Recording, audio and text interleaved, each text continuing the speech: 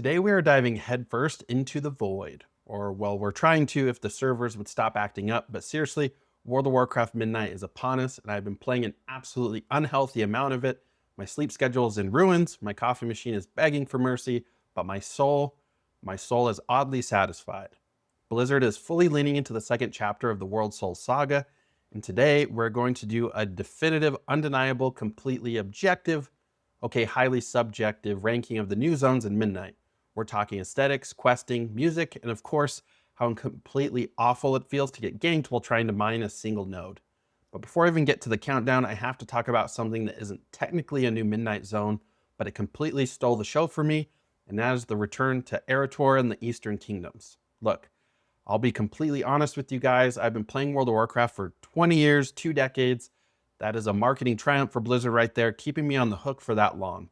And for almost all of that time, I have bled Alliance Blue, heading back to the Eastern Kingdoms, marching specifically through Light's Hope, Scarlet Monastery, and the Blasted Lands again.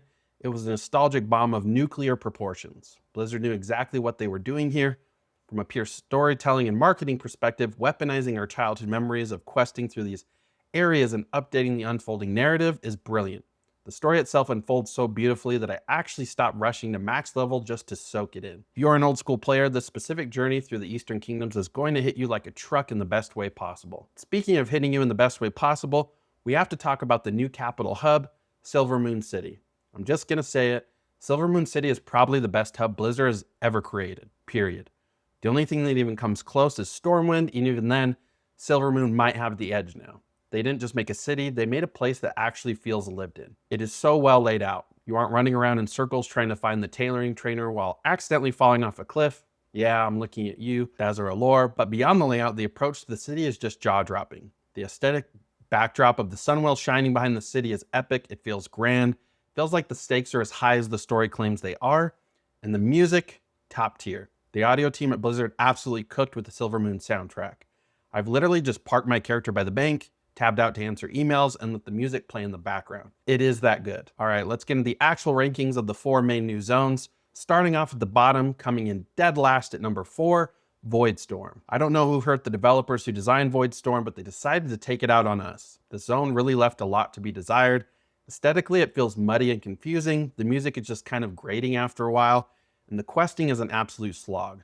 But the biggest offense of Voidstorm is the leveling pacing. You walk into the zone feeling like the champion of Azeroth, and suddenly you're getting absolutely clapped by regular mobs.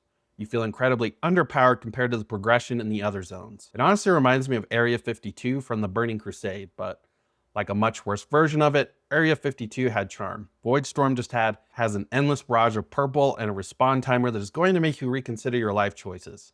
It's a swing and a miss for me, and I honestly couldn't wait to finish my campaign chapters here and get out. Moving to number 3, we have Everong Woods. Now look, Everong Woods is beautiful. It is visually stunning. It's the Instagram model of World of Warcraft zones, gorgeous on the surface, but once you start spending time there, you realize there isn't a whole lot going on underneath. The zone itself is a visual treat, carrying that classic high elf aesthetic, but I found it severely lacking compared to the top 2 zones on this list. The quests here are just okay. They aren't bad, but they aren't memorable either.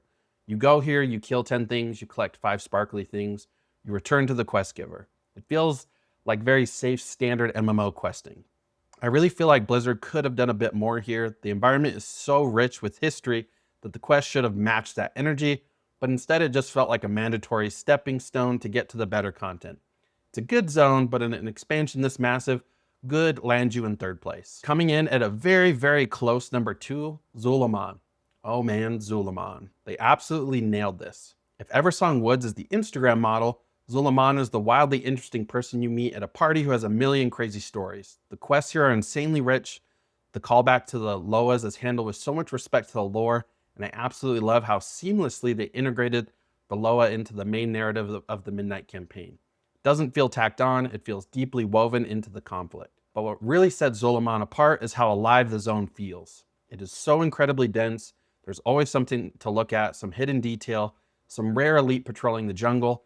It is by far the zone with the most to see and explore, and for my fellow gold goblins and crafters out there, Zullean is an absolute paradise. The density of blacksmithing and general gathering nodes here is insane. You'll be making money hand over fist just riding from quest to quest. It feels incredibly well executed, it's vibrant, it's gorgeous, and it's a masterclass in how to make a zone feel like a living, breathing ecosystem. Zullean is a massive win, but it's not number one. Taking the crown, the absolute best zone in World of Warcraft Midnight, coming in at number one, Herendar. Guys, I don't use this word lightly, but Herendar is absolutely cinema. It's breathtaking. When you first enter the zone, the music swells, this massive, overwhelming choir kicks in. You immediately realize you are somewhere special. Honestly, the cinematic feel of entering Harandar might actually beat the feeling of entering Hallowfall from the War Within, and I loved Hallowfall.